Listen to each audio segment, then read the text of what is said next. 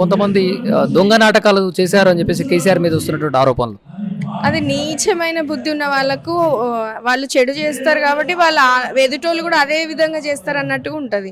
అంటే పచ్చకమార్లు వచ్చిన వాళ్ళకి అంత పచ్చగా కనిపించినట్టు వాళ్ళు కూడా అట్లా దొంగ నాటకాలు చేసేటోళ్ళు కావచ్చు.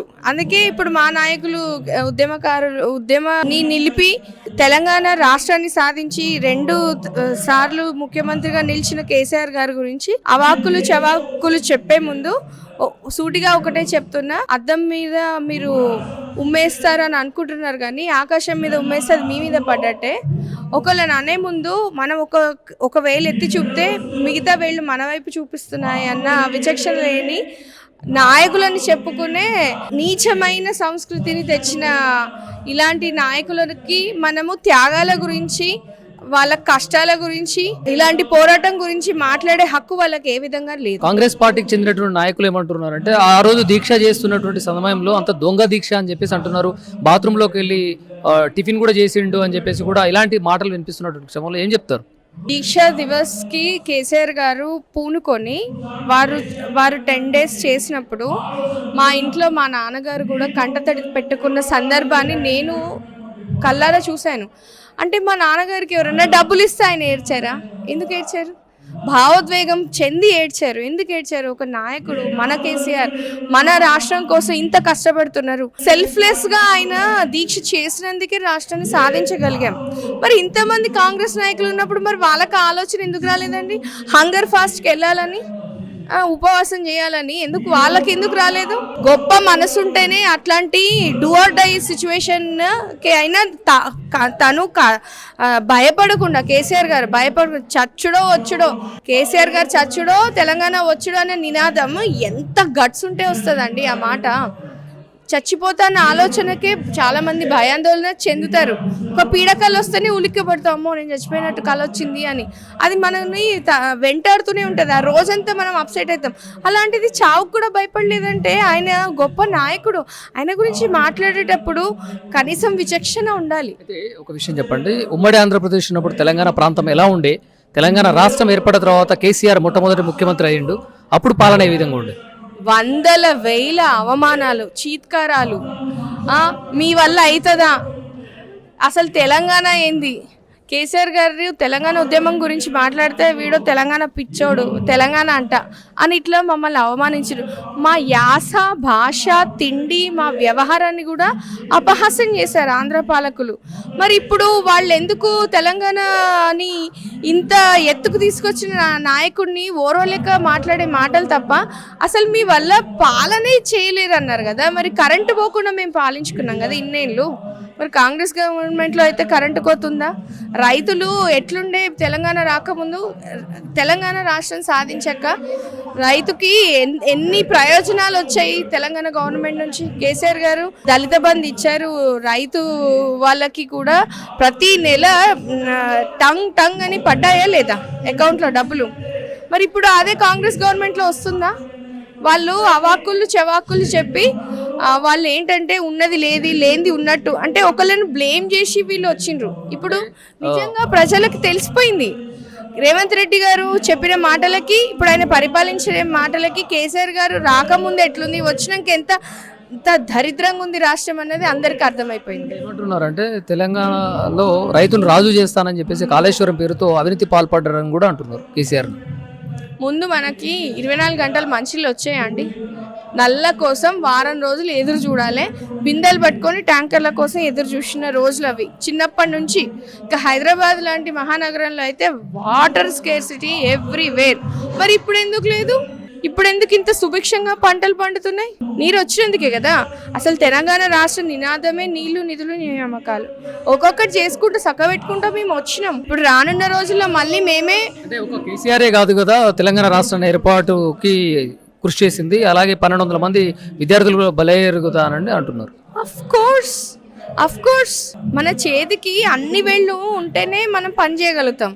అన్ని విభాగాల్లో అందరూ ప్రయత్నించారు, అందరూ త్యాగాలు చేశారు. దీక్షా దివస్ రోజు మేము కానిస్టేబుల్ కిష్టయ్య గారి గురించి మేము వారిని తలుచుకుంటాము. శ్రీకాంతాచారి గారి మరణము ఆయన ఆత్మత్యాగాన్ని కూడా మేము గుర్తు చేసుకుంటాం. కేసీఆర్ గారు ఒక్కరనే అనట్లేదు మేము. కేసీఆర్ గారు కూడా పలు సందర్భాల్లో చాలా మంది యువకులు ఆత్మహత్యలు చేసుకొని కిరోసిన్ పోసుకొని తగలబడ్డారు. అట్లా మీరు చావకండి, మీరు ఓపికగా ఉండండి, మనకు వస్తుంది రాష్ట్రం, మీరు భావోద్రేగాలకు గురయ్యి అట్లా చనిపోకండి అని కూడా ఏడ్చిన సందర్భాలు ఉన్నాయి, కంటతడి పెట్టుకున్న సందర్భాలు ఉన్నాయి. కేసీఆర్ గారు ఆయన అధిపతి, ఆయన వెనకాల మేము సైనికులుగా ఉన్నందుకే మనం ఆకాంక్షించాం కాబట్టి తెలంగాణ సాధించుకోగలిగాం కదా. ఆయన అన్నాక ఆయనకు మద్దతు ఇచ్చారు కదా ప్రజలు. అవును, మన రాష్ట్రం మనకు కావాలని అనుకున్నాం కదా, అందుకే వచ్చింది. ఈరోజు దీక్షా దివాస్ అనేది ఒక పండుగలా కనిపిస్తున్నటువంటి పరిస్థితి.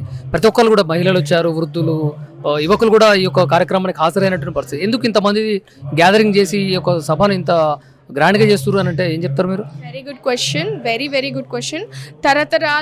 తరతరాల చరిత్రలో నిలిచిపోయే దినం ఏదంటే దీక్షా దివస్. ఎందుకంటే అసలు చరిత్ర దేనికైనా ఉంటుందండి. ఇప్పుడు వరంగల్ అని అంటే కాకతీయ సామ్రాజ్యం అని అనుకుంటాం. ఎక్కడికి వెళ్ళినా ఒక డైనాసిటీ ఉంటుంది. ఇప్పుడు మనం ఉన్న జనరేషన్కి మనకు రాష్ట్రాన్ని మనం సాధించుకున్నాం. ఎందుకంటే 60 ఏళ్ల కళ ఇది ఇవ్వాలా అనుకున్నది కాదు. చిన్నప్పుడు మా నాన్నగారు కూడా ఈ సందర్భాన్ని చూశారు. ఇది నిన్న మొన్న వచ్చింది కాదు నినాదం, కానీ ఆ నినాదాన్ని నిజం చేసి రాష్ట్రాన్ని సాధించుకున్నాం కాబట్టి ఇది మనం ఇలాగే పండగ వాతావరణంగా జరుపుకోవాలి. ఎందుకంటే భవిష్యత్తు తరాలకు, పిల్లలకి తెలంగాణ హిస్టరీ తెలియాలి.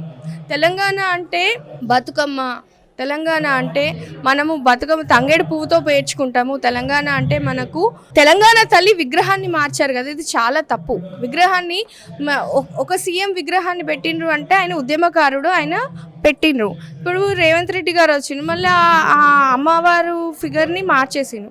అంటే ఆనవాళ్ళే మార్చేసినప్పుడు మళ్ళీ టీఆర్ఎస్ గవర్నమెంట్ నిమిషాల చిటికల స్థాపించుకుంటాం. మేము గవర్నమెంట్లోకి వచ్చేస్తాం. అప్పుడు మేము తెస్తాము, మేము ఎజెండా పెట్టుకుంటాము, మేము హైకోర్టుకి వెళ్తాము. ఇంకొకసారి రీమోడిఫికేషన్ తెలంగాణ తల్లిని ఎవరు టచ్ చేయదు, ఏ ప్రభుత్వం కానీ. ఎందుకంటే అస్తిత్వ విలువలను పోగొట్టుకోవద్దు. ఇప్పుడు చరిత్రలో పుస్తకాలలో పిల్లలు తెలంగాణ గురించి, రాష్ట్రం గురించి చదువుకోవాలంటే వాళ్ళు ఏం చదువుకుంటారు?